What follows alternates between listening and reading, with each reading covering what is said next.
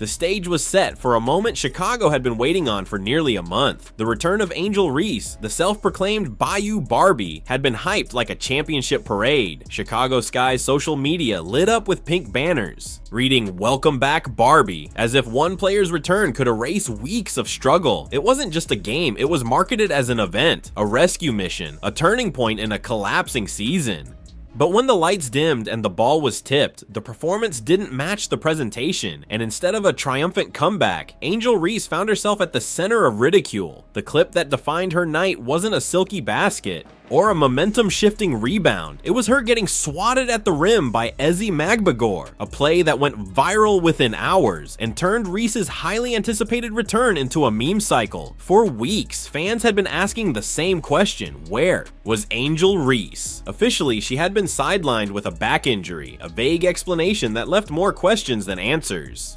Chicago's coach Tyler Marsh offered little clarity, remarking only that Reese's story was hers to tell. When she finally spoke, her words carried a tone that rubbed many the wrong way. She said she had taken the time away to learn a lot about myself. For supporters, it sounded like the voice of someone finding perspective. For critics, it was the language of a player who had checked out during the most desperate stretch of her team's season. And make no mistake, the timing could not have been worse. Reese missed 7 straight games in that span, a period when Chicago's faint playoff hopes were slipping further and further out of reach. By the time she stepped back on the court, the Sky were battered, sliding to the bottom of the standings. Her return was supposed to signal hope, but instead, it highlighted how little had changed. Reese scored 19 points, grabbed 7 boards, and dished out 4 assists, a respectable stat line on paper, but the Sky still lost their 5th straight game, dropping to 8-26. The gap between the hype and the reality was glaring. The truth is that Chicago built its entire identity around Angel Reese. Drafting her wasn't just about adding talent. It was about marketing a savior, someone who could shift the franchise's trajectory overnight. Off-season moves reinforced that idea. They traded away Sonia Citron, the number 3 pick in the 2025 draft, to Washington in exchange for veteran guard Ariel Atkins. Citron has since flourished with the Mystics, flashing Rookie of the Year potential, while Atkins, steady but not transformative, couldn't rescue Chicago from mediocrity. The message was clear: Chicago wasn't going to rebuild patiently. They were putting their chips on Angel Reese, giving her the keys to the team and expecting her to lead them into contention. But as the losses piled up, the cracks in that plan became impossible to ignore. Reese's individual numbers, roughly 14 points and 12 rebounds per game, look strong, but they've never translated into wins. The Sky haven't looked like contenders with her on the floor, and at times, they've even appeared more balanced without her.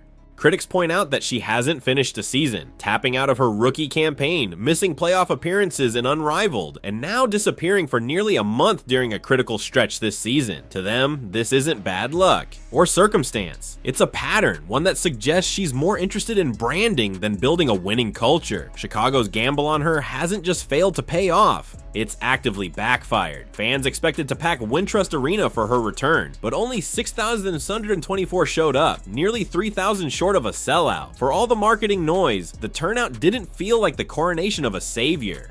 Instead, the night ended with Chicago's season on life support, their playoff hopes virtually gone, and Angel Reese trending on social media for all the wrong reasons. The criticism hasn't been subtle. Commentators and fans alike pointed out the irony of a player who missed 10 games and still ranked in the league's top 4 for total turnovers. They joked about her being better suited for bowling than basketball, mocked her stat of being the most blocked player in the WNBA, and turned her team's 8-26 record into the punchline of SpongeBob quotes and memes. For someone branded as Chicago's centerpiece, this wasn't the triumphant return it was supposed to be. It was humiliation in real time.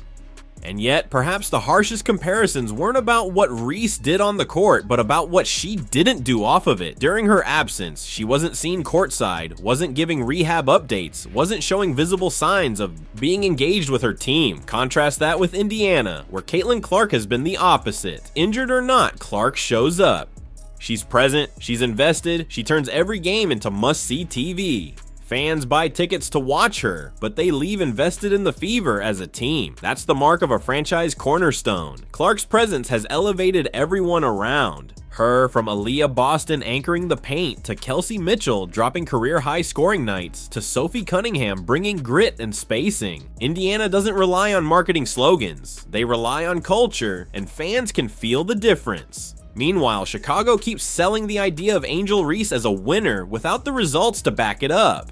The Sky are 8-26, eliminated from playoff contention, and left with the bitter irony of not even holding their own first-round draft pick. It belongs to the Minnesota Lynx, so the supposed franchise player they built around hasn't delivered wins. The team's future assets are depleted, and their marketing strategy is unraveling in public. Reese's defenders argue that she's still young, that growing pains are inevitable, and that her production shouldn't be dismissed, and they're right to a point. But in professional sports, perception is power, and right now, the perception is brutal. The viral block against Seattle isn't just a highlight, it's a symbol, the defining image of her comeback night. It's what people remember, not the 19 points or the 7 rebounds. That's the problem. In a league where stars are judged not only by their stats, but by their ability to elevate a team, Reese's story keeps circling back to the same conclusion. Marketed as a savior, remembered as a meme, and that's the real tension hanging over her career right now. Is Angel Reese truly the franchise cornerstone Chicago believes she can be? Or is she more of a branding mirage, a player whose hype outpaces her actual impact on winning? For the Sky, the answer to that question isn't just about this season, it's about the entire direction of their franchise. They've built their identity around her, sacrificed future assets for the sake of the present, and doubled down on her image as the face of their future. But the standings, the attendance, and the fan reactions all tell a different story. In the end, Angel Reese's comeback against Seattle wasn't the triumphant return of a savior. It was a mirror, reflecting back everything that's wrong with the Chicago Sky's strategy. A team built on hype instead of substance. A star whose numbers don't translate into wins. A franchise that wanted the drama of a coronation, but got the reality of another defeat. So what do you think?